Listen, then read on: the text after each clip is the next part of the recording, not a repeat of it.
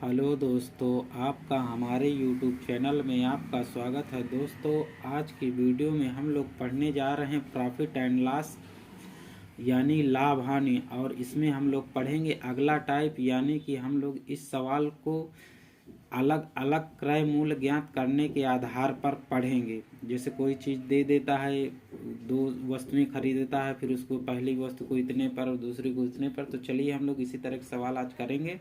हमारा अगला टाइप है अलग अलग क्रय मूल्य ज्ञात करने के आधार पर। आपका पहला क्वेश्चन है, मोहन 5,000 रुपये में दो वस्तु खरीदता है।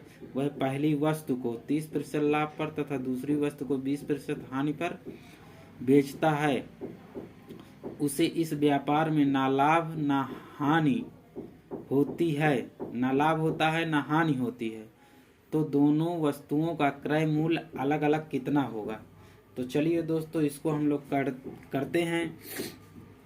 तो हम लोग लिखेंगे CP, क्रय मूल्य हमको निकालना है ना, CP1 अनुपाते CP2 बराबर, हमको कितना दिया है, पहली वस्तु को कितने पे बेचता हुआ है, पहली वस्तु को 30% लाभ पर।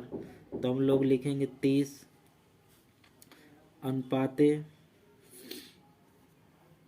फिर कितना बोलता है, 20% की हानि पर। तो हम लोग लिखेंगे 20। अब इन दोनों को आप अनुपात में है तो काट भी सकते हैं, इसको। तो अब जाके आपका बने CP1 बराबर, तो हम लोग यहाँ पर निकालेंगे CP1 बराबर, अब हमारा कितना आया, तो हमारा CP1 कितना है, CP1 हमारा हो जाएगा 2 और 3 2 5, टोटल कितना बन रहा है 5। अब गुणे में हम लोग कर देंगे, कितना दिया है 5,000, 1 2 3। दोस्तों, ये आपको समझ में नहीं आया होगा तो हमने इसको ऐसे किया है, जैसे CP1 अपान CP2 निकालना है, CP2, और यहाँ पर दे देता है बराबर में 3/2। तो CP1 में क्या चला जाएगा, अब इधर को मल्टीप्लाई हो जाएगा तो ये इधर चला जाएगा, ये इधर चला आएगा, इसलिए हमने यहाँ पर डायरेक्ट यहाँ पर कर दिया है। तो दोस्तों, जब इसको हम लोग सॉल्व करेंगे तो कितना आएगा, 5 से इसको काट देंगे, 5 1 5, और ये 3 जीरो है, 1 2 3।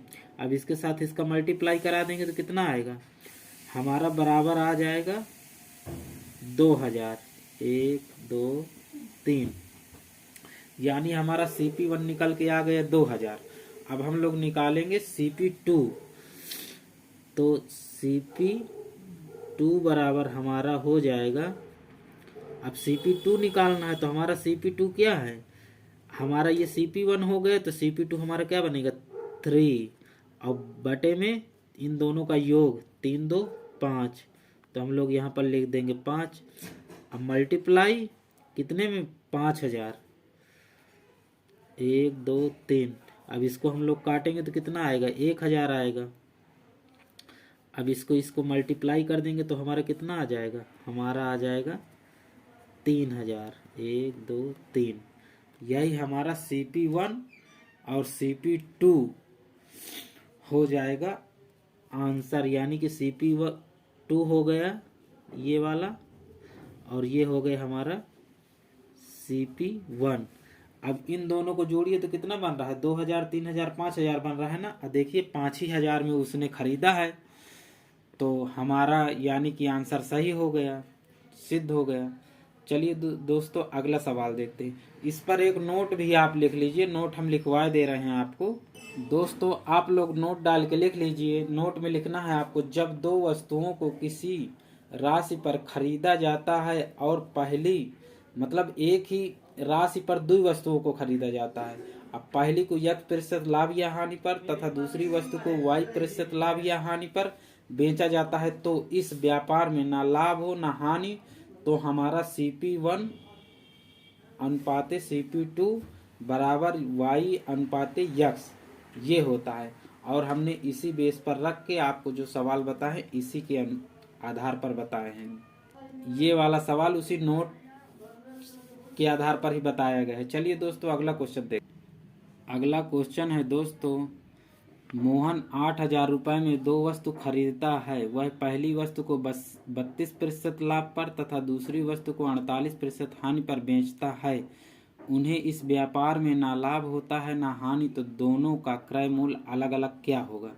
तो दोस्तों इसको भी हम पहले सवाल के जैसे कर लेंगे। तो हम लोग निकालेंगे CP1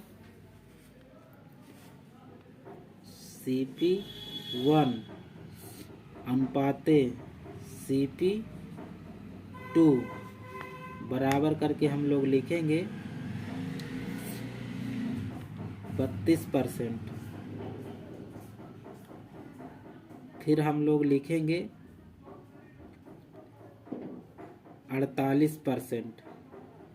या फिर आप वैसे भी लिख सकते हैं जैसे हमने नोट में लिखाया है यक्स अनुपाते वाई, नहीं लिखा है, हमने लिखाया है यक्स अनुपाते वाई अनुपाते यक्स। तो आपको लिखना है CP1 अनुपाते CP2 बराबर, आपको पहले से ही इसको यहाँ पर चेंज कर लेना है तो आपको कोई दिक्कत नहीं रहेगी। तो आपको लिखना है यहाँ पर 48 अनुपाते 32। ये मान लीजिए कि यक्स है और ये वाई है। तो हमने नोट में क्या लिखाया है, नोट में हमने यही लिखाया है जब 2 वस्तुओं को एक ही कीमत पर खरीदी जाती है, फिर पहली वस्तु को लाभ या हानि पर, दूसरी वस्तु को भी लाभ या हानि पर बेची जाती है।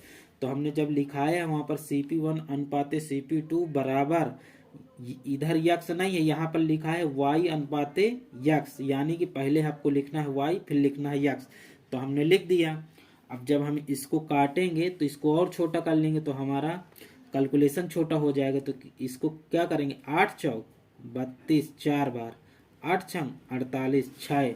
तो यानी हम लोग जब निकालेंगे CP1 बराबर हमारा हो जाएगा 6/10 गुणे में 8,000, 1 2 3। तो ये 0 से ये 0 ये कट जाएगा तो कितना आ जाएगा, 8 से 6 को मल्टीप्लाई करेंगे तो हमारा कितना आएगा, 8 छंग 48। यानी कि ये 2 जीरो लगे हैं तो 2 जीरो लगा देंगे, यानी कि CP1 हमारा आ गया 4800। अब हम लोग निकालेंगे CP2। तो CP2 बराबर हमारा हो जाएगा, CP2 क्या है, CP2 में हमारा आएगा 4/10 और इसके साथ मल्टीप्लाई होगी 8,000 की। तो ये 0 से ये 0 कट गया तो 8 चौक 32।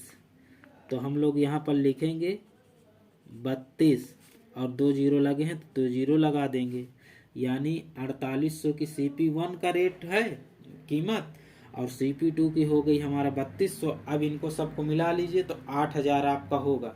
इससे सिद्ध होता है कि हमारा क्वेश्चन सही है। तो आपका CP1 का आंसर हो गया ये और CP2 का हो गया ये। तो दोस्तों आपको ऐसे सवाल करना है। दोस्तों मैं आशा करता हूं कि मेरे द्वारा बताए गए सवाल आपको अच्छे समझ में आए होंगे। तो दोस्तों अगर आपको वीडियो अच्छी लगी हो तो वीडियो को लाइक शेयर कमेंट और चैनल को सब्सक्राइब जरूर करें।